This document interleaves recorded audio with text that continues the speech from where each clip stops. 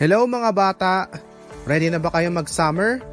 Oo, tama ka dyan, Jillian. Ang init nitong panahon. Gusto ko na mag-summer. Saan tayo pwede magbakasyon? Siguro kaya Boracay? Tama ka, sana makapunta ako Boracay. Pero mga bata, alam niyo ba kung saan matatagpuan ang White Sand Beach? Ang Boracay ay matatagpuan sa Western Visayas Region 6 sa probinsya ng Aklan. Ang White Sand Beach ay makikilala sa purong puti na buhangin kasama ang purong malinis na tubig sa Boracay. Mas maganda pala mga bata kung gusto nyo mag-swimming.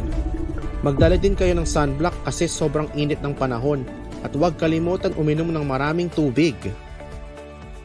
At para sa pagkain, ang kilalang Pansit Molo ay isa sa mga nangungunang lutuin sa rehiyon ng Visayas, particular sa Panay.